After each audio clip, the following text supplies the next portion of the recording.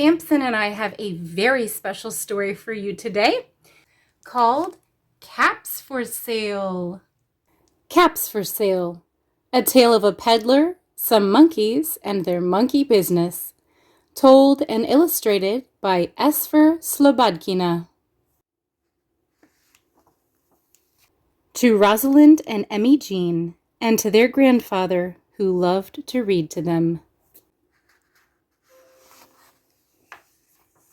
Once there was a peddler who sold caps, but he was not like an ordinary peddler carrying his wares on his back. He carried them on top of his head. First, he had his own checked cap, then a bunch of gray caps, then a bunch of brown caps, then a bunch of blue caps, and on the very top, a bunch of red caps. He walked up and down the streets, holding himself very straight so as not to upset his caps. As he went along, he called, "Caps! Caps for sale! 50 cents a cap!" One morning, he couldn't sell any caps. He walked up the street and he walked down the street, calling, "Caps! Caps for sale! 50 cents a cap!" But nobody wanted any caps that morning. Nobody wanted even a red cap. He began to feel very hungry, but he had no money for lunch. "I think I'll go for a walk in the country," said he, and he walked out of town, slowly, slowly, so as not to upset his caps. He walked for a long time until he came to a great big tree. "That's a nice place for a rest," thought he, and he sat down very slowly under the tree and leaned back little by little against the tree trunk so as not to disturb the caps on his head. Then he put up his hand to feel if they were straight.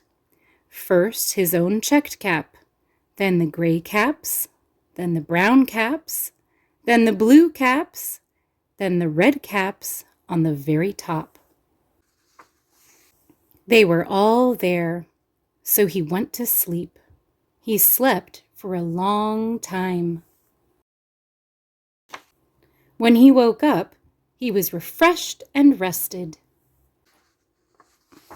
But before standing up, he felt with his hand to make sure his caps were in the right place. All he felt was his own checked cap. He looked to the right of him. No caps. He looked to the left of him. No caps. He looked in front of him. No caps. He looked behind the tree.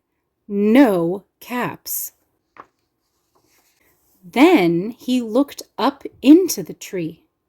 And what do you think he saw? On every branch sat a monkey.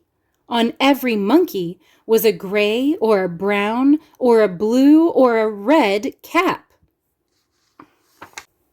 The peddler looked at the monkeys. The monkeys looked at the peddler. He didn't know what to do. Finally, he spoke to them. "You monkeys, you," he said, shaking a finger at them. "You give me back my caps." But the monkeys only shook their fingers back at him and said, "Zzz, zzz, zzz." This made the peddler angry, so he shook both hands at them and said, "You monkeys, you give me back my caps." But the monkeys only shook both their hands back at him and said, "Zzz, zzz, zzz." Now he felt quite angry.